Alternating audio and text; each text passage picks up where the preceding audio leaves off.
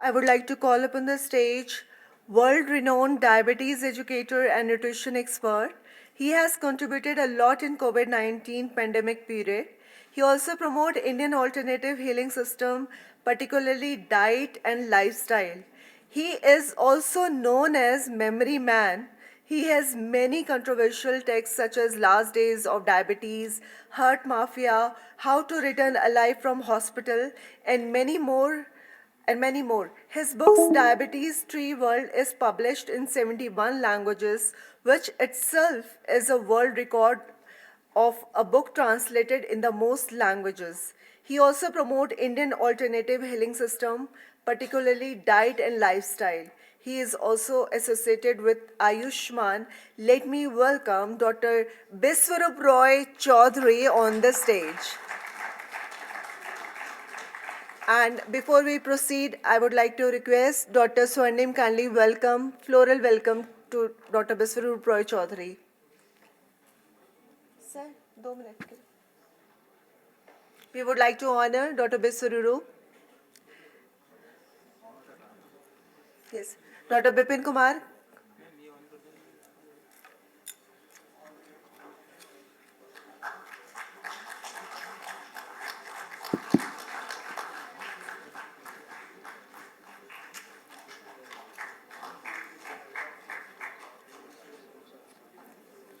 And also with memento and shawl.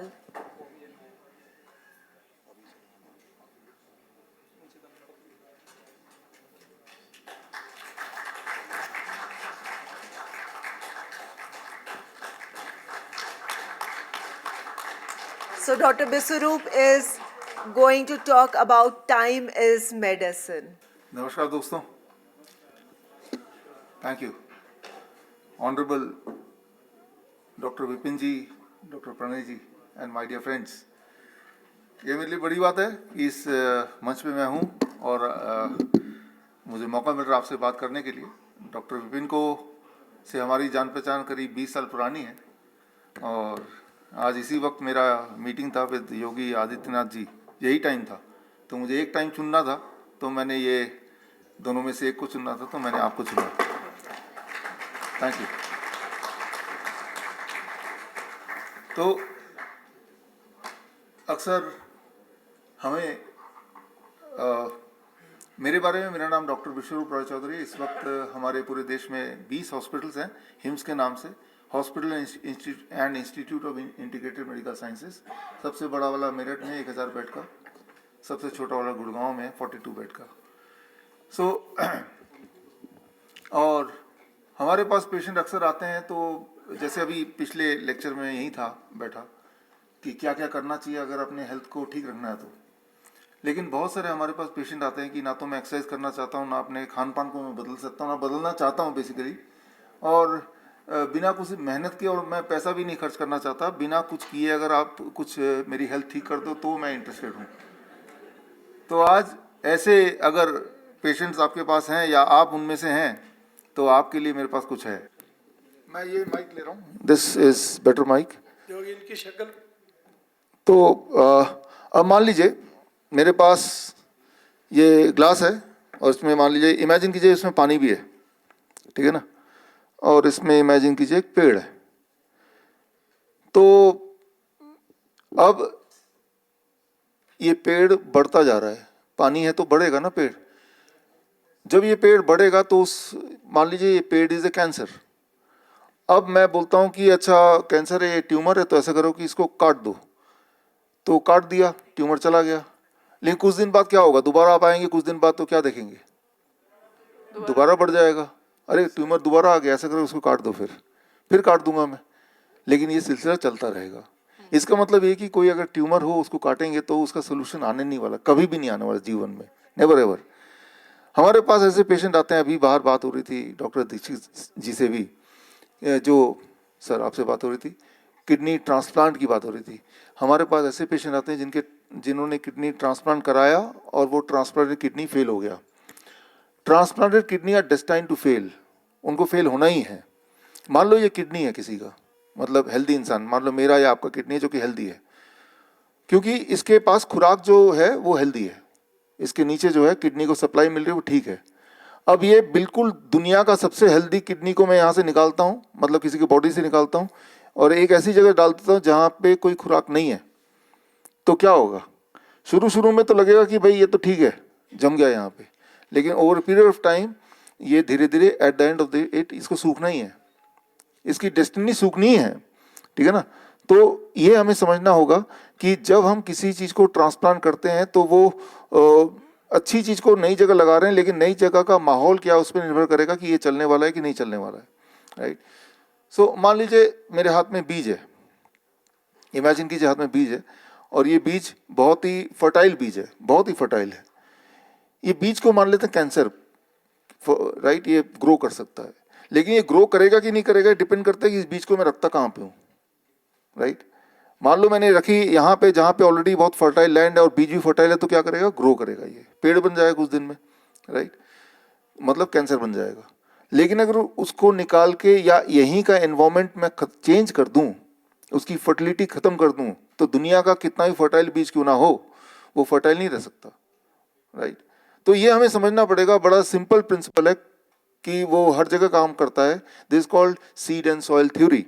ये आया था 1898 में, 1898, राइट, और वो आज भी वैलिड है, आज भी वैलिड है।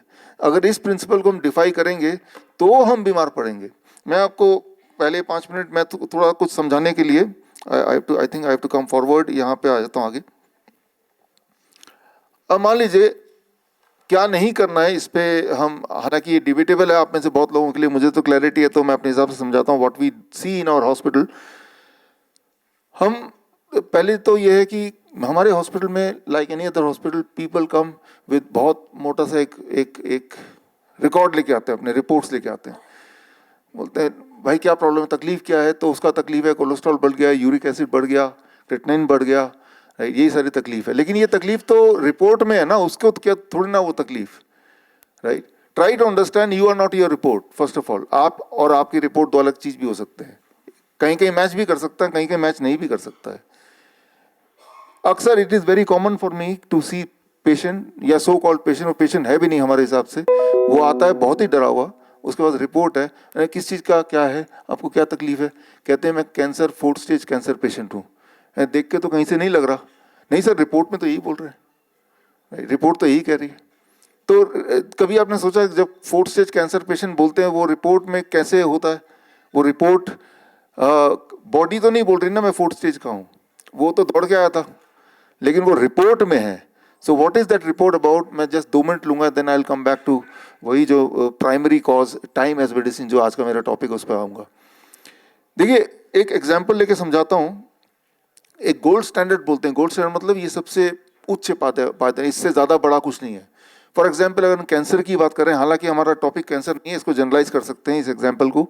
बायोप्सी, बायोप्सी में अगर आ गया कैंसर है, तो जैसे ही वो सुनता है कि बायोप्सी में कैंसर आ गया, वो उसकी आधी जो प्राण है वही निकल जाते हैं, उसी वक्त खत्म हो जाते हैं, राइट। अगर आप फेक भी किसी को बोलेंगे आपकी बायोप्सी की रिपोर्ट आ गई कैंसर है, अब उसकी प्राण वहीं खत्म हो जाएंगे, ये सबको पता है अच्छी तरह से, राइट।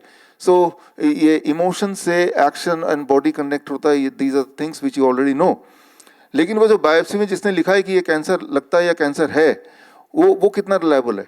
इस पे एक ट्रायल हुआ, इस पे एक स्टडी हुई। स्टडी में क्या किया, 850 पैथोलॉजिस्ट जो इंडिपेंडेंटली अलग जगह बैठे थे, ये यूएस में हुआ, उनको बायोप्सी का स्लाइड बड़ा सिंपल है, आपके बॉडी के जिस पार्ट में शक है कि यहाँ ये ट्यूमरस ग्रोथ या ये ग्रोथ कुछ कैंसर है, वहाँ से एक टुकड़ा लिया, लेके उसका स्लाइड बनाया। वो स्लाइड कुछ ऐसा दिखेगा जो मेरे पास है, रियल स्लाइड का पिक्चर। फिर ये कोई ट्रेंड पैथोलॉजिस्ट है, उसको वो देखेंगे, वो बताएंगे कि ये जो स्लाइड है ये क्या है, ये कैंसर है, नॉर्मल है, एबनॉर्मल है। तो ऐसे स्लाइड बना दिए, और ऐसे स्लाइड बना के इंडिपेंडेंट मैं भी यहाँ डिस्ट्रीब्यूट, मान लीजिए आप सब पैथोलॉजिस्ट हैं और मैंने डिस्ट्रीब्यूट कर दिया, थोड़ा बांटने में कोई हेल्प करे बांटने में, इस तरफ भी। तो ये आप सबको मैं ये डिस्ट्रीब्यूट कर रहा हूँ। तो करीब इस तरह से पीछे भी थोड़े दे दें और वो आगे भी दे देंगे पीछे अपने। तो ये स्लाइड आ गया, किसी भी एक पेशेंट का स्लाइड, रियल स्लाइड आपकी आंखों के सामने। इमेजिन कीजिए पैथोलॉजिस्ट हैं और उनको पूछा गया कि भाई देख के बताओ कि ये कैंसर है ये नॉर्मल है, एबनॉर्मल है। इसमें the result was 33%। 33% of the pathologist said कि ये तो नॉर्मल सेल है। 48% पैथोलॉजिस्ट ने बोला ये तो एबनॉर्मल सेल है। बाकी जो 19% उन्होंने बोला ये कैंसर है। सिर्फ 19% ने बोला कैंसर है। आप कैंसर पेशेंट है या नहीं है, ये निर्भर करता है कि आपका जो स्लाइड है वो किस पैथोलॉजिस्ट के हाथ में गया है। तो मैं ये बोलना चाह रहा हूं कि अगर कैंसर पेशेंट है तो वो भगवान का लिखा हुआ कोई वाणी नहीं है। If you want to change, you show it to another pathologist, right? तो वो चेंज हो जाएगा। इसका जो साइंस है वो बहुत ही सिंपल। एक बात याद रखिए कंक्लूसिवली, और मैं बात कर रहा हूँ गोल्ड स्टैंडर्ड की, बायोप्सी की बात कर रहा हूँ, जो कि गोल्ड, इसके ऊपर कोई और टेस्ट नहीं होता। इसने बता दिया तो और ये है ही है। लेकिन ये कितना लेवल इस पे बात कर रहा हूँ। और अगर मान लो कैंसर है ही, ऐसा देखा गया है, अगर मैं ये बोलूँ शब्द कि हम सबके बॉडी में कैंसर सेल होते हैं तो हम सब मानेंगे ही, हमें पता ही एक्चुअली, राइट? तो इसका मतलब है कि हम में से कोई किसी का भी बायोप्सी कर ले, देयर आर चांसेस कि हम में भी बोलेंगे यूर कैंसर पॉजिटिव, राइट? या बायोप्सी में आपको कैंसर निकला है, बोलेंगे ही।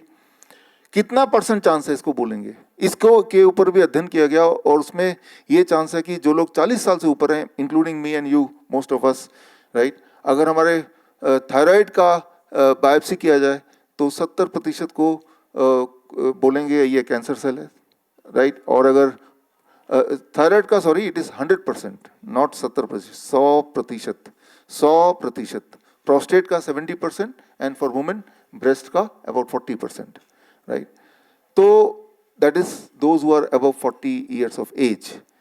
ये सारे जो मैं आंकड़े दे रहा हूँ या आगे जो बताऊंगा, ये आपको रिटर्न में देके जाऊंगा, so that you can verify, you can confirm what ever I am saying. इसके एविडेंसेस, इसके रेफरेंसेस मैं आपको देके जाऊंगा, राइट? तो मैं सिर्फ इतना बोलना चाह रहा हूँ कि जो रिपोर्ट में आती है उस पे शक करने की जरूरत है, उस पर रिलाई करने की आवश्यकता नहीं है, क्योंकि वो एक तुक्का ही है। That's what we have been observing in our hospital. For example, बात शुरू हुई थी पेट स्कैन से। पेट स्कैन में रिपोर्ट में आता है कहीं कहीं चमकीला दिखते हैं, जितनी जगह दिखेगा उतने number of cancer. 3rd stage अगर 3 जगह दिखा, 4th स्टेज अगर 4 जगह दिखा। वो चमक कैसे बनती है? एक लाइन में बोले, इस वक्त आप जिंदा हैं, आप बैठे हैं, मैं खड़ा हूं, क्योंकि हमारे बॉडी की हर सेल को एनर्जी उपलब्ध है, ग्लूकोज मिल रहा है, उससे एनर्जी बन रही है। जो सेल ज्यादा भूखा होगा ज्यादा ग्लूकोज खाएगा, ये भी एक लॉजिक है, हमें पता ही है। लेकिन जो सेल ज्यादा भूखा है वो ज्यादा ग्लूकोज खाएगा। लेकिन अब जो आपको पहले इंजेक्ट किया जाता है FDG, दैट इज फ्लोरोडाइऑक्सीग्लूकोज, उसमें रेडिएक्टिव मटेरियल एंड ग्लूकोज को आपस में बाइंड करके तब वो बॉडी में गया है। तो जितना ज़्यादा ग्लूकोज कोई सेल खाएगा उतना ज़्यादा रेडियोएक्टिव मटेरियल भी उसके वहाँ जमा हो जाएगा। जितना ज़्यादा रेडियोएक्टिव मटेरियल जमा हो जाएगा उतनी चमक वहाँ पे आएगी। जितनी चमक आएगी जितनी जगह पे, डॉक्टर बोलेगा देखो जी ये तो 3rd स्टेज निकला आपका, ये तो 4th स्टेज निकला।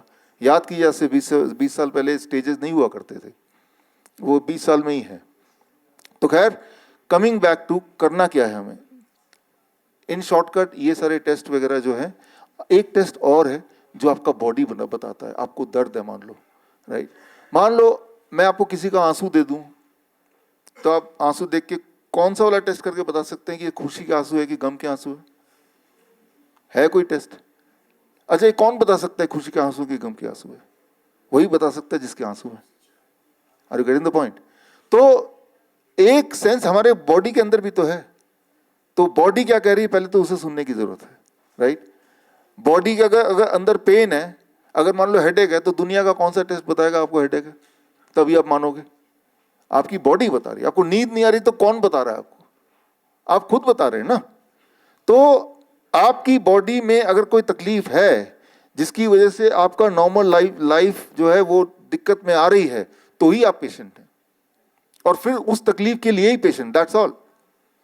लेकिन अगर आप डायग्नोस्टिक के पीछे पड़ गए तो डायग्नोस्टिक आपको पेशेंट बना के छोड़ेगा। कैसे? Very simple. ये जो मैंने आपको स्लाइड दी है, ये रियल स्लाइड है। रियल स्लाइड ऐसा ही होता है, उसकी फोटो है, राइट? तो जब भी कोई टुकड़ा लेते हैं बॉडी के अंदर से, खास तौर पे ऐसी जगह से जहाँ पे ऑलरेडी थोड़ा बहुत ट्यूमर है, तो वो इमीडिएटली अधिकतर लोगों में कैंसर में कन्वर्ट हो जाता है। व्हाट आई मीन टू से, पहले तो कैंसर बनवाओ, फिर बोलो आप कैंसर पेशेंट हैं। तो खैर करना क्या होगा, और ख़ास तौर पे अगर ऐसे लोग हैं जो कुछ करना नहीं चाहते, उनको क्या करना होगा? उनको फिर ये करना होगा जो मैं आपको बता रहा हूँ, what we call as circadian clock, time as medicine. आपका समय ही आपकी दवा हो सकती है। ये हम अपने हॉस्पिटल में करते हैं अक्सर पेशेंट के साथ, सारे पेशेंट के साथ ये नियम हम करते हैं। देखिए इसमें बड़ा सिंपल है।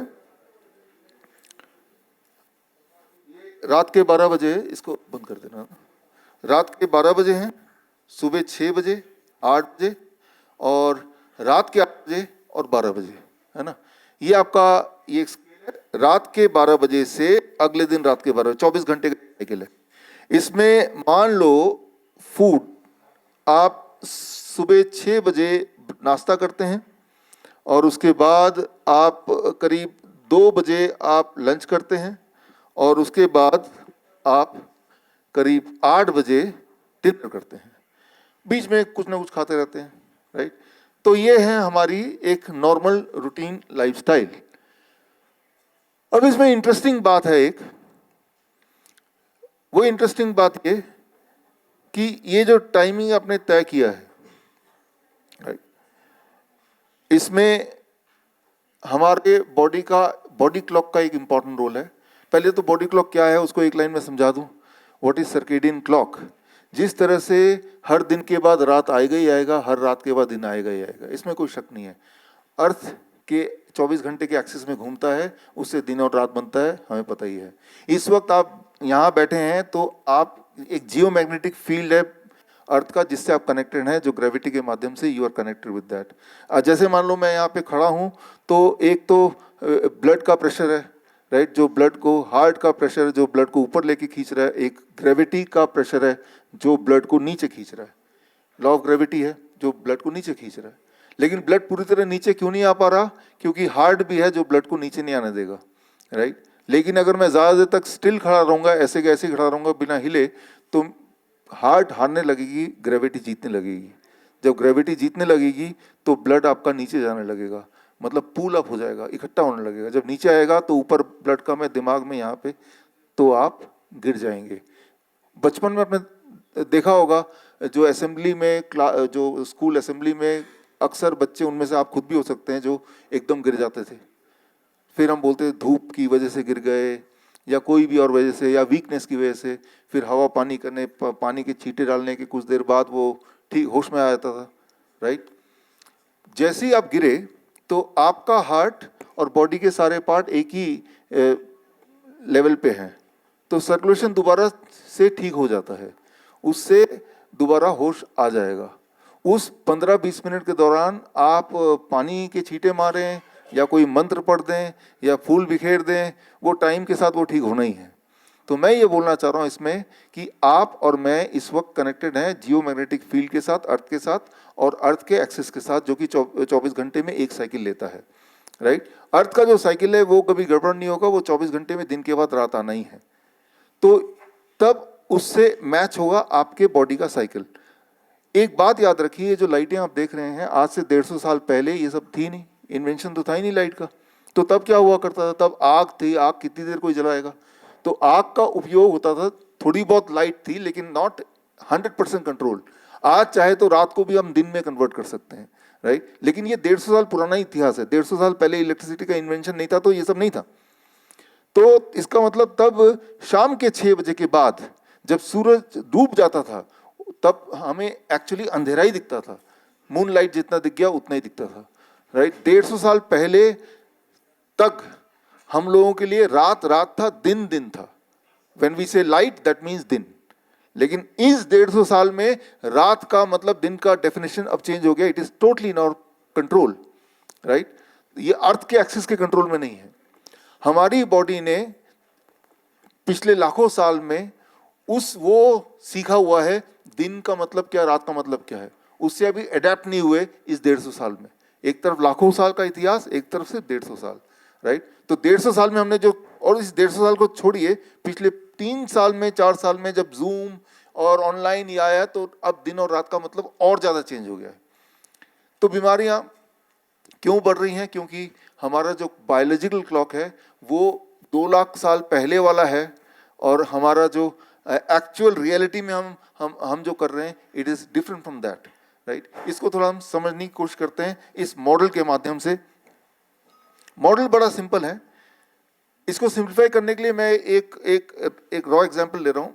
हमारे बॉडी के हर ऑर्गन का एक बायोलॉजिकल क्लॉक है, जिसे बोलते हैं सर्केडियन क्लॉक। ये 2017 का नोबेल प्राइज विनिंग साइंस है, डिटेल के लिए, और डिटेल के लिए रेफरेंस मैं दूंगा जाने से पहले। तो उसमें अगर हम एक ऑर्गन को ले लेते हैं, बहुत टाइम है नहीं तो एक ही ऑर्गन ले पाऊंगा, पेनक्रियास। बहुत ही क्रूड वे में अगर बोलें, पेनक्रियास सुबह 8 बजे सो के उठती है, रात को 8 बजे सोने चली जाती है। सुबह 8 बजे सो के उठती है, रात को 8 बजे सोने चली जाती है। मान लो आप में से कोई भी जो डायबिटीज़ की दवाई ले रहे हैं या बीपी की दवाई ले रहे हैं, राइट, तो आप ऑलरेडी आपको पता है कितना ब्लड शुगर रहता है, कितना ब्लड प्रेशर रहता है।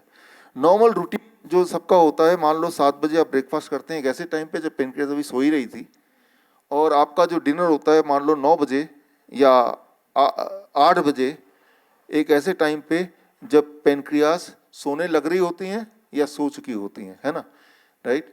तो एक ऐसे टाइम पे जब पेनक्रियास के सोने के टाइम के में इंटरफेयर करता है। जब कोई डायबिटीज़ पेशेंट मेरे पास आता है जो इंसुलिन पे है या दवाइयों पे है, और वो उनमें से है जो कि अपने खाने के चॉइसेस को या क्वांटिटी ऑफ फूड में कॉम्प्रोमाइज़ नहीं करना चाहता। मैं तो खाने के लिए ज़िंदा हूँ, अगर खाने में आप रिस्ट्रिक्ट कर देंगे मेरे ज़िंदा रहने का फ़ायदा ही क्या है। इस तरह के इमोशनल उनके पास बहुत सारे हथियार होते हैं। ऐसे पेशेंट को सिर्फ जब मैं एक बदलाव करता हूँ, वो ये बदलाव कि मैंने उसका जो फूड है 8 बजे के बाद 9 बजे के आसपास रख दिया ब्रेकफास्ट, उसका डिनर को मैंने यहाँ 8 बजे से पहले 6 बजे रख दिया। तो मैंने खाने की क्वांटिटी नहीं घटाई, मैंने खाने क्या खाना चाह रहे उस पर कोई कंट्रोल नहीं किया। जो आप खाते हो वही खाओ, जितना खाते हो उतना ही खाओ, सिर्फ 9 बजे से लेके 6 बजे। जैसे ही मैंने टाइम को स्क्वीज किया, एक ही बदलाव, पेट भर के खा लो या डबल खा लो, जितना भी खाते हैं उससे भी। The moment I did that, जैसे ही हम करते हैं तो हम देखते हैं कि विद इन 24 आवर्स का ब्लड शुगर एकदम नीचे आने लगता है। मतलब दवाई we need to taper, right. सिर्फ एक उसका ब्लड प्रेशर कंट्रोल में आने लगता है, और उसकी जो सबसे इंपॉर्टेंट बात, पेन जहाँ जहाँ हो रहा है उसकी में उसको कंट्रोल में आने लगता है, उसकी नींद जो है उसमें उनको फायदा होने लगता है। Only one change, that is time as medicine. यहाँ पे एक इंटरेस्टिंग चेंज हम करते हैं, जो हम पेशेंट को या लोगों को बोलते हैं, आपको भी बोल रहे हैं। फूड देखिए, FOOD, this is the total amount of food. मान लीजिए जो आप पूरे दिन में खाते हैं वो 2 किलो हो सकता है, 4 किलो हो सकता है, वो कोई भी सामान हो सकता है, रोटी सब्जी दाल चावल या fruit vegetable what ever, and total it is FOOD। दिख रहा है पीछे से FOOD। अब इसमें इन ट्रिक यह है कि FO यानी कि आधा खाना, FOD का FO हम बोलते हैं सुबह ही खा लो, पेट भर के इतना खाओ कि जितना पूरे दिन में और खा रहे हैं, 50% यहाँ पे, राइट। सुबह आपका पेनक्रियास ताज़ा उठा है तो उसके पास पूरी ताकत है, और तब अगर उल्टा सीधा भी खाना है तो this is the best time to have उल्टा सीधा, वो फिर भी ब्लड शुगर नहीं बढ़ाएगा। एक दिन एक्सपेरिमेंट कीजिए आप, सिर्फ हम तो करते ही रहते हैं, इसको उठाया उल्टा कर दिया, सुबह का खाना सबसे कम, लंच का वैसे का वैसा, डिनर का डबल, आपका अगले दिन का ब्लड शुगर बढ़ा हुआ आएगा, राइट। डिनर एक ऐसे टाइम पे आप कर रहे हैं जब pancreas is almost going to sleep, तब उसको सबसे मेहनत वाला काम दे रहे हैं, राइट।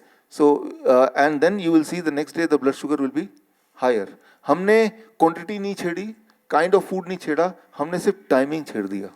अच्छा, एक और काम करते हैं, हम इसको हटा देते हैं। हम में से बहुत लोगों की आदत है कि ब्रेकफास्ट छूट जाता है, छोड़ देते हैं, सीधे लंच करते हैं, राइट। तो हम कई बार पेशेंट बोलते हैं मैं तो पहले ही कितना कम खाता हूँ तो मेरा ब्लड शुगर क्यों बढ़ता है? क्योंकि आप पहले ही बहुत कम खाते हैं, गलत टाइम पे। एक टाइम है, गलत टाइम पे खाने से भी दिक्कत है, और एक सही टाइम पे नहीं खाने से भी दिक्कत है। जब आपके पेनक्रियास को चाहिए कि वो काम करे, एक्सरसाइज करे, तब आपने उसके लिए कुछ छोड़ा नहीं देने के लिए, सीधे लंच पे आ गए, डिनर पे आ गए, राइट। एंड एक और चीज़ इंटरेस्टिंग है, जब यहाँ खाएंगे नहीं, जाहिर सी बात है यहाँ ज़्यादा खाएंगे, प्रॉब्ली ये वाला खाना भी कहीं यहीं एकोमोडेट करने की कोशिश करेंगे। हमने देखा अपने पेशेंट्स में, जो कि कंफर्मेशन है from all kind of trials also, जो मैं आपको दूंगा आज, कि अगर हम ब्रेकफास्ट को स्किप कर देते हैं, that causes disturbance in blood sugar, that causes more pen, more discomfort, right. तो हम बोल रहे हैं नहीं खाना इंपॉर्टेंट है, तो कहीं पे खाना इंपॉर्टेंट है, वेरी वेरी इंपॉर्टेंट। अच्छा, आपका कोई दुश्मन है मान लो, जिसे आप चाहते हैं कि वो मर जाए, आदमी ये बीमार पड़ जाए, कीड़े पड़े, ऐसे होता ना कई बार। अगर है तो उसके लिए मैं आपको बता रहा हूँ क्या टिप, बिना कुछ दिए ही, कुछ किया भी नहीं, वो मर भी जाएगा। आप उसके खाने को फैला दीजिए, 6 बजे से उसको खिलाना शुरू कीजिए, रात के 12 बजे तक। हो सके तो 2 बजे भी उठा के एक लड्डू तो खा लो यार, वो सोचेगा कितना प्यार करता है ये आदमी हमसे। तो जो शिफ्ट वर्कर होते हैं, शिफ्ट वर्कर, जिस वक्त उनका पेनक्रिया सबसे एक्टिव है, उस वक्त उनका खाना उनके बॉडी में है ही नहीं। और जब वो, क्योंकि तब वो सो रहे होते हैं, रात को जग रहे होते हैं, जब उसका पेनक्रिया सो गया, अब से वो खाना शुरू करते हैं और रात भर खाते हैं, और फिर अगले दिन उस वक्त सोते हैं जब पेनक्रियाज आर अवेक, राइट। तो जो शिफ्ट वर्कर हैं, चाहे वो कई बार सोल्जर्स होते हैं, नाइट ड्यूटी वाले वर्कर होते हैं, गेट कीपर्स होते हैं नाइट ड्यूटी वाले, ऐसे इवन डॉक्टर्स होते हैं, राइट, उनकी जो आयु है बाकी एवरेज लोगों से अबाउट 10 साल ऑन एवरेज कम होती है शिफ्ट वर्कर की। ये तो होते हैं मजबूरी में शिफ्ट वर्कर। दूसरा होता है जानबूझ के शिफ्ट वर्कर की, रात के ऑफिस से आए, फिर रात को मंचिंग कर रहे हैं और हम नेटफ्लिक्स देख रहे हैं 2 बजे तक, या जूम मीटिंग कर रहे हैं 2 बजे तक। तो we are also shift worker. उसमें 2 एक्सपोजर आप दे रहे हैं, एक तो एक्सपोजर ऑफ फूड और दूसरा एक्सपोजर ऑफ लाइट, राइट। हमारे बॉडी के अंदर का जो बायोलॉजिकल क्लॉक है, ये तो सिंपल आपको पता है, रात को अचानक नींद, रात को एक पर्टिकुलर टाइम पे नींद आने लगती है, राइट। इसका मतलब रात को एक पर्टिकुलर हार्मोन ज़्यादा बनने लगता होगा जो हमें सुला रहा है। लेकिन उस हार्मोन को ये क्यों कैसे मिलता है कि रात हो गई है, ये क्यों कैसे मिलता है कि अभी नींद आना है, वो क्यों मिलता है? Through the eyes, that is the light. जो लोग ब्लाइंड होते हैं, जिनको कुछ दिखाई नहीं देता, लाइट का सेंसेशन नहीं होता, वो रात और दिन में अक्सर वो आइडेंटिफाई नहीं कर पाते। तो उनको दिन में नींद आ सकती है, रात को भी जग सकते हैं। लेकिन फिर बॉडी के पास एक और क्यू होता है, फूड। बॉडी ने मान लिया दिन में ही आप खा रहे होंगे, तो ये दिन है, राइट। तो अगर रात को आप 8 बजे के बाद खाएंगे तो body will guess it is like a day. This means वो सारे हार्मोन जो मुझे जगाएगा, that will be more pronounced, right. तो मैं ये बोलना चाह रहा हूँ कि मैंने ये देखा है हमारे हॉस्पिटल में, कंसिस्टेंटली ये देखा है, या जो लोग आ ही नहीं पाते हैं, दे कंसल्ट ऑन फोन, हम ज़्यादा कुछ नहीं बोलते पहले दिन, हम बोलते हैं बस आप ऐसा करो। जो मैं आपको बोलना चाहता हूँ कि अपना जो टाइम ऑफ ईटिंग है, that you do it between 9 AM to 6 PM। आप एक्सपेरिमेंट करके देखो। आप इस कॉन्फ्रेंस में आए हैं कि चलो 7 days challenge, right, 9 AM to 6 PM, कि 6 बजे के बाद कुछ नहीं खाना। हालांकि 6 बजे तक थोड़ा मुश्किल है, 7 बजे कर लीजिए, राइट, क्योंकि पेनक्रियाज अगर 8 बजे सोएगी तो जो आप खाएंगे हो सकता है कि 8 बजे तक वो काम निपटा के सो ही जाए, राइट। तो सिर्फ एक बदलाव हमने देखा, जो हमारे ऐसे पेशेंट जो कैंसर वाले, जिनको मॉर्फिन लेने के बाद भी पेन बड़ा ज़बरदस्त रहता है, तो उनमें जब एक बदलाव करते हैं, दिस इज, अगर आप हमारे हॉस्पिटल आएंगे तो आपको 9 बजे से पहले ब्रेकफास्ट मिलेगा नहीं, 6 साढ़े 6 के बाद डिनर मिलेगा नहीं, उसके बीच में ही खाना मिलेगा। हमें पता है कि कोई भी बीमारी क्यों ना हो, जैसे ही हम ये पहला नियम रख देंगे तो इससे ही काफ़ी सारा आराम मिल जाना है, राइट। ये एक ऐसा नियम है जिसके लिए किसी को हॉस्पिटल आने की ज़रूरत नहीं, वो घर पे ही कर सकता है, राइट। लेकिन इस नियम के साथ we couple one more rule, एक और रूल हम कपल करते हैं, that is called what we know as DIP diet. आप में से कितने लोगों को ऑलरेडी आइडिया है? Some of you, thank you, some of you, कुछ लोगों। 2018 में DIP डाइट का क्लिनिकल ट्रायल हुआ था by Ayush ministry, all India institute of Ayurveda for bone disease. अभी 2022 में DIP डाइट का क्लिनिकल ट्रायल हुआ था national institute of national health ministry, government of Nepal. वो डायबिटीज़ पे, हाइपरटेंशन पे और वो मोटापे हुआ था। और 2021 में इस पे क्लिनिकल ट्रायल किया था लिंकन यूनिवर्सिटी मलेशिया ने। That was on kidney failure, that was on heart disease पे रैंडमाइज कंट्रोल, तीनों ही रैंडमाइज कंट्रोल ट्रायल थे और तीनों का नतीजा ही बड़ा एनकरेजिंग है। तो बोलने का मतलब यह है कि अभी तो हम सिर्फ एक ही बात कर रहे हैं, only we are talking of only one thing, कि अपना टाइम चेंज करो, राइट। और जब मैं देखता हूँ कि एक हफ्ते बाद जब उसी पेशेंट को जब मिलते हैं या फ़ोन पे बात होती है और उसको कुछ कुछ फ़ायदा होने लगता है कि मेरी एक दवाई छूट गई ब्लड शुगर की, मेरा जो घुटने का दर्द है वो कम हो गया, राइट। तो इस तरह से जब वो कुछ कुछ बोलने लगता है तो थोड़ी हिम्मत बढ़ जाती है, अब नेगोशिएशन की पावर बढ़ गई, अब मेरी एक और बात मान ही लेगा वो। तो तब हम बोलते हैं कि DIP डाइट क्यों ना फॉलो करो, जब खा ही रहे हो तो क्यों ना इसमें थोड़ा बदलाव कर दो। तो DIP डाइट जिनको नहीं पता, जस्ट 3 सिंपल स्टेप्स। पहला स्टेप कि 12 बजे तक तो फल पे ही रहना है, जो फल आपको अच्छा लगे उस पे रहना है। और जो फल, जो लोग ब्लड शुगर के पेशेंट हैं वो मीठे फल तो खाएं खाएं ज़रूर, आम खाएं, चीकू खाएं, अंगूर खाएं, whatever you want to eat, जो आपको अच्छा लगे, जो अवेलेबल भी हो 12 बजे तक। कितना खाना है जिसमें पेट भरता हो, मेक इट सिंपल। एक बार में खाना है, 4 बार में खाना है। लंच और डिनर जब खाएंगे, खाने का टाइम पे तो बात हो गई हमारी, है ना। लंच और डिनर जब खाएंगे तो plate 1 end plate 2। Plate 1 is raw vegetables, right, जैसे टमाटर, खीरा, मूली, गाजर, ककड़ी, मटर, सलाद पत्ता, राइट, या स्टीम्ड वेजिटेबल, ब्रोकली एक्सेट्रा, प्याज वगैरह। और आपने लिया कितना, जितना, मान लो मेरा body weight 70 kg into 5, that becomes 350, make it gram. इतना खाना है, दिस बिकम्स अ डोज, ये मेडिसिन बन गया आपका। इसके बाद प्लेट 2 में, ये प्लेट 1 बन गया। मान लो मैं लंच पे बैठा हूं तो पहले ये खा लिया, पूरा पेट में चला गया। नाउ यू ईट रोटी सब्जी दाल चावल जो भी आपको खाना है, जितना भी खाना है, जो आप खा ही रहते ऑलरेडी, वो खा लिया। डिनर जब आया, डिनर तो 6 बजे तक करना है, वो तो हमने मान ही लिया, लेकिन 6 बजे तक क्या करना है, same what I just suggested for you, your lunch. दो ही चीज मैं छोड़ने बोलता हूँ हमेशा, one is anything which comes out of animal, जानवरों से जो निकला है वो मत खाओ।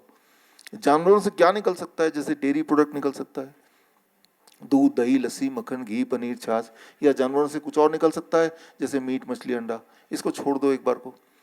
फैक्ट्री से जो चीज़ आई है, जैसे बिस्किट है, ब्रेड है, एनीथिंग पैक्ड रिफाइंड, कोई भी चीज़ आपके हाथ में आप पूछिए जानवरों से आया है या ये प्लांट्स है। If it is plant based then you eat it, if it is animal based then don't eat it.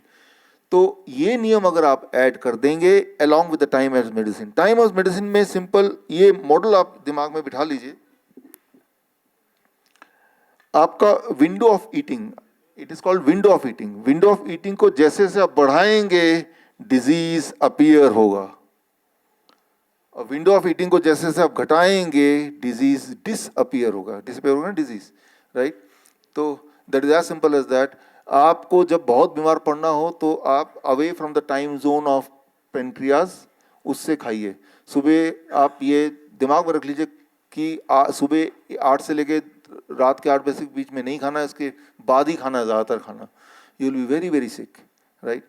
और दूसरा कि गॉड मेड फूड, जो कुदरत ने बनाया फूड, आप देखिए एक दिन में कितना खाया है। एक तो मैन मेड फूड है जो आप घर पे बनाते हैं, किचन में बनाते हैं, फैक्ट्री में बनाते हैं। एक है गॉड मेड फूड, सीधा जो पेड़ में जो है उसी फॉर्म में, उस फॉर्म को बहुत चेंज ना करके उसका जूस बना लिया ज़्यादा ज़्यादा, उसको काट लिया टुकड़ों में ज़्यादा ज़्यादा, उसी फॉर्म में आपने खाया। तो मैंने ये देखा है कि विद दीज जस्ट 2 रूल्स, ये 2 रूल हैं और दोनों को दोनों इंटरेस्टिंगली घर पे किए जा सकते हैं।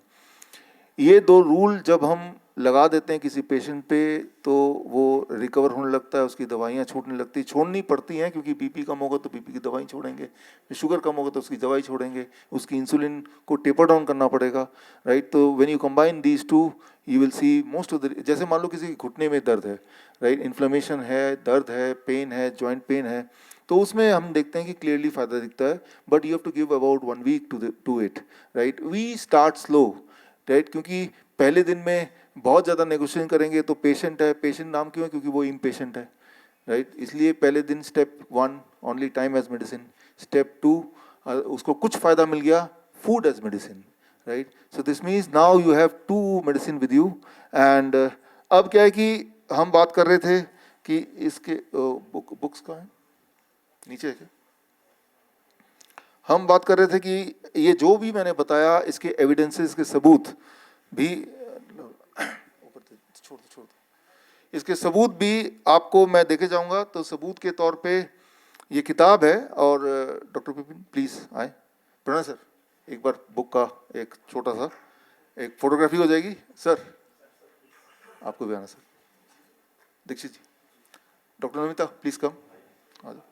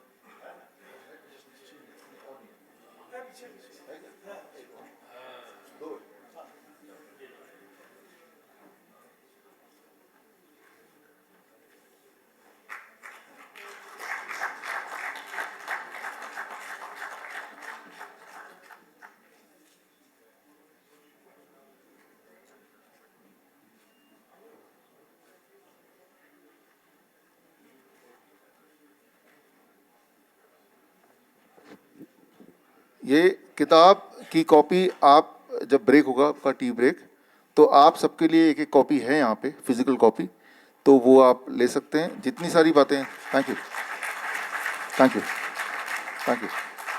तो जितने आप लोग हैं उतने हैं कॉपीज़। तो इसमें जितनी सारी बातें मैंने आज बताई हैं उन सब का सबूत, उन सब के एविडेंसेस, चाहे वो कैंसर कॉन्टेक्स्ट में हो, चाहे टाइम एज मेडिसिन कॉन्टेक्स्ट में हो, चाहे वो फूड एज मेडिसिन के कॉन्टेक्स्ट में, वो सारा कुछ है। अब यहाँ पे आखिरी 2 मिनट मेरा, जो कि सबसे ज़्यादा महत्वपूर्ण है।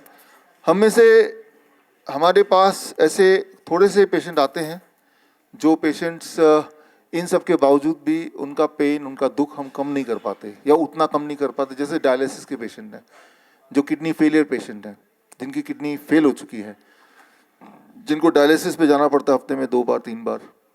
तो या जो कैंसर के ऐसे पेशेंट हैं जिनका दर्द कम नहीं हो रहा, और इन सब के बावजूद भी जो मैंने बताया। तो तीसरा जो हथियार है हमारा वो है gravity as medicine, gravity as medicine. And चौथा हथियार है हीट एज मेडिसिन। आपकी ग्रेविटी भी जो है वो एक दवाई की तरह काम करती है। ग्रेविटी कैसे दवाई की तरह काम करती है, एक छोटा सा उदाहरण देके मैं आपको समझाना चाहता हूँ। आप लोग बैठे हैं तो समझ आ जाएगा। अभी जैसे बैठे हैं आप, अभी अगर पीछे की तरफ ऐसे इंक्लाइन होकर बैठेंगे, अभी करके देख सकते हैं, तो आपकी सांसें यहीं रुक जाएंगी। Try it like that. आपने देखा भी होगा वो जो जिसे हम कोरोना काल बोलते हैं, तब गाड़ी में लोग जा रहे हैं और पीछे पेशेंट लेटा हुआ है और उसको सांस नहीं आ रही है, right, trying to gasping for the breath. लेकिन जाहिर सी बात है, ऐसे कोई भी लेटेगा तो सांस नहीं आएगी ऐसा तो, और ऊपर से डर जाएगा तो बिल्कुल भी सांस नहीं आएगी। और अब आप एक पल के लिए थोड़ा आगे झुकिए। अब देखिए, can you see the feel the difference कि आपकी ब्रीदिंग कितनी इफेक्टिवली आ रही है, या आपको लग रहा है लंग बड़ा हो गया। लंग बड़ा हो जाता है बिकॉज जब आप नीचे की तरफ झुकते हैं तो ये लंग कैपेसिटी इज 20% मोर। तो ये हमारा एक रूटीन का काम है जो हम अपने कोविड सेंटर हुआ करता था हमारा, जिसे हम फ्लू सेंटर बोलते थे, वहाँ इस तरह के जो पेशेंट हैं, जैसे हम पॉस्चर चेंज करते थे उनका SpO2 इमीडिएटली बढ़ता था। विद इन 15-20 मिनट्स वी सी कि बढ़ गया, ठीक हो गया। मैं एक उदाहरण दे रहा था कि ग्रेविटी का रोल होता है आपके उस ग्रेविटी के एडजस्टमेंट से बीमारियां या डिस्कम्फर्ट को हम ठीक कर सकते हैं। तो यहाँ पे what we call as hot water immersion, इसको ऊपर रखना है, इसको कि ऐसे पेशेंट जिनको हम लाभ अदरवाइज नहीं दे पा रहे हैं, तो ऐसे पेशेंट्स को, इसको नीचे कर दो, लाभ देने के लिए ये हम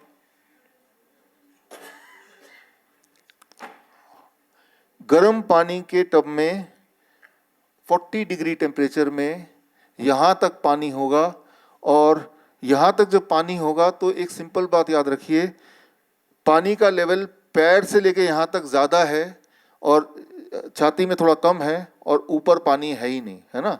तो इस वक्त आपके सिर के ऊपर जो प्रेशर है that is called atmospheric pressure, right. और सिर के नीचे जो पानी का pressure, in addition to that, उसमें भी सबसे ज़्यादा प्रेशर कौन से वाले अंग में है? पैरों में है।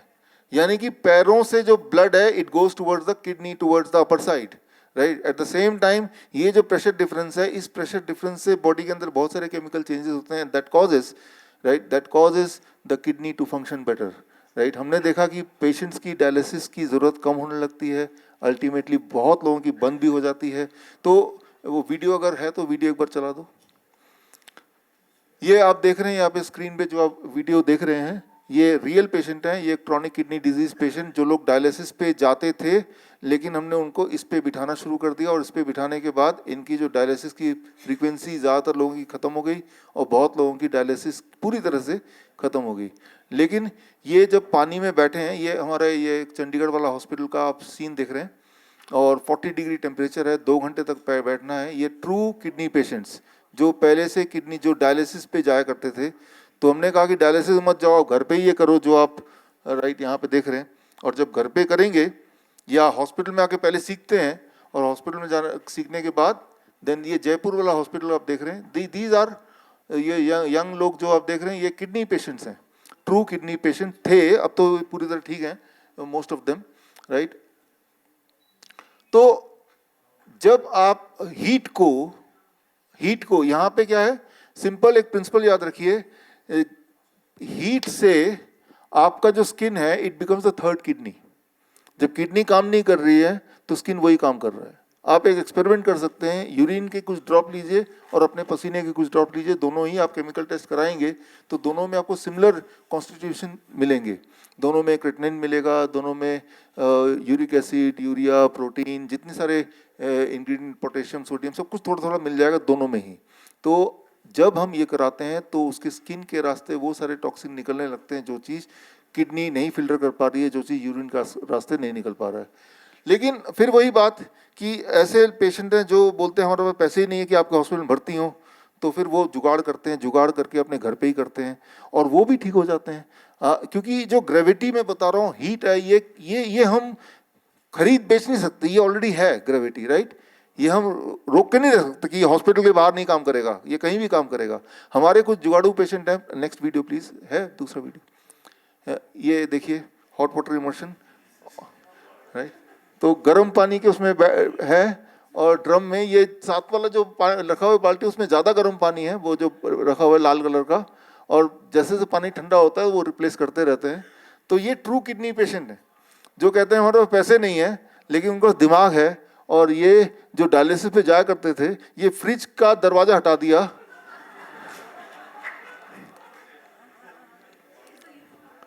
एंड आइडिया ये है कि तब भी उतना ही काम कर रहा है जितना हमारा हॉस्पिटल में काम करता है। ये जो आप देख रहे हैं अपने टॉयलेट में ही, बाथरूम में ही एक दीवार लगा दी इन्होंने, ऊपर गीजर था ही और पानी के टैप से वो गर्म पानी को मैनेज करते हैं, उसके टेम्परेचर को।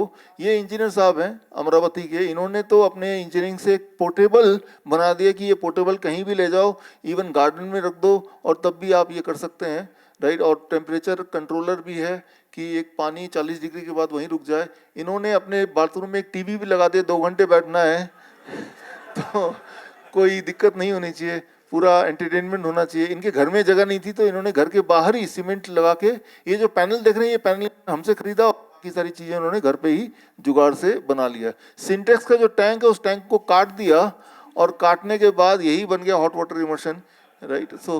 सो ये इन्होंने अमेजन से खरीद लिया और फिर ये पानी गर्म का जो जुगाड़ है उन्होंने अपने घर पे ही किसी न किसी रूप में इन्होंने कर लिया। तो अगर आप ठीक होना चाहते हैं तो ज़रूरी नहीं कि पैसे हों तो ही ठीक हो पाएंगे, रादर अगर पैसे होते हैं तो मैं देखता हूँ कि लोग थोड़े भटक जाते हैं, फिर सोचते हैं बड़े बड़े बिल्डिंग से ही ठीक हो सकते हैं। इनके पास बिल्डिंग नहीं है लेकिन ये सब ठीक है, राइट।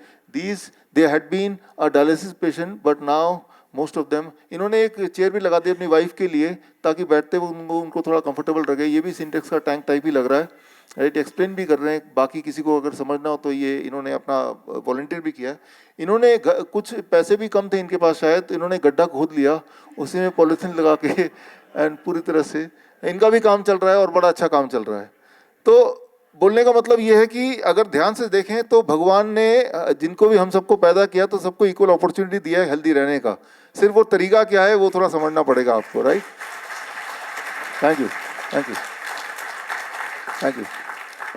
ये देखिए बच्चा है, अजमेर का बच्चा है, राइट। तो इनके पिताजी ने इनके लिए वो कारपेंटर का काम करते हैं, तो ये बना दिया जो हफ्ते में 2 डायलिसिस पे था बच्चा, राइट। अब डायलिसिस की ज़रूरत नहीं है, राइट। और इस तरह से अगर अगर आपके मन में ख्वाहिश है कि हम ठीक हो सकते हैं तो तरीके तो निकल ही आते हैं। ये आपने मौका दिया डॉक्टर विपिन, और आगे भी देते रहेंगे, मैं ऐसा मानता हूँ। ऑल द बेस्ट, जय Hind. Thank you, thank you, thank you, thank you.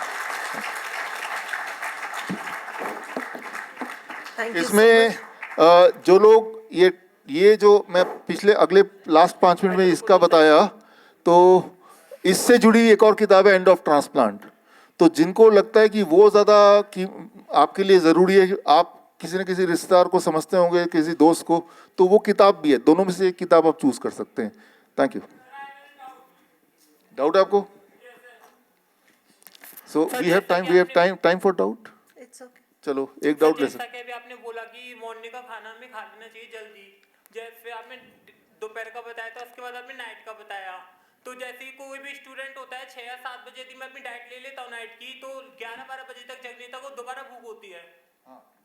तो उस समय क्या खाना चाहिए? ये देखिए, इसमें पहली बात तो 11-12 बजे तक ना जगिए। सर आप सुबह जल्दी उठिए। हाँ, आप जब सूरज उगता है ना तब उठिए। जब सन राइज होता है, दैट इज अबाउट 4 AM, तब उठिए आप, और तब आप पढ़ाई कीजिए। वो पढ़ाई ज़्यादा दिमाग में जाएगा, और आप सोच के होंगे 9 o'clock तक आप सो जाइए, सुबह उठिए। आप जैसे जो आपकी उम्र लग रही है मुझे, तो कम से कम 10 आवर्स, 9 आवर्स to 10 आवर्स की नींद आपको ज़रूरी है। 9 घंटे तो ज़रूरी है। मान लो आप नहीं सोना चाहते 9 घंटे, तो दिस मीन्स कि आपकी बॉडी की जो डेवलपमेंट होती है, याद रखिए, वो तभी होती है जब आप सो रहे होते हैं, राइट। तो अगर आप चाहते हैं कि आपकी बॉडी डेवलप हो, लंबे चौड़े हो, ताकत आए, अगर आपके लिए वो इम्पोर्टेंट है, तो 9 से 10 घंटे आपको सोने होंगे। और सुबह अगर सूरज उगते ही आपको उठना है तो सोना भी जल्दी पड़ेगा। ये जो 11 बजे तक नहीं सो रहे हैं फॉर एग्जांपल, तो यानी अंधेरे में तो रह नहीं रहे, लाइट में रह रहे हैं। जब लाइट में आप रह रहे हैं, आप बॉडी को बोल रहे हैं दिस इज अ डे, और जैसी बॉडी को ये आप सिग्नल देंगे, बॉडी का जो रिदम है, जिसे बोलते हैं सर्केडियन रिदम, वो चेंज हो जाएगा। That causes tumour and cancer आगे जाके, राइट। वो बुक आपको जो मिलेगी, पढ़िए, आपको इसका एक्सप्लेनेशन मिल जाएगा। Thank you, thank you, thank you sir. Thank you. Thank you so much, Dr. Biswaroop.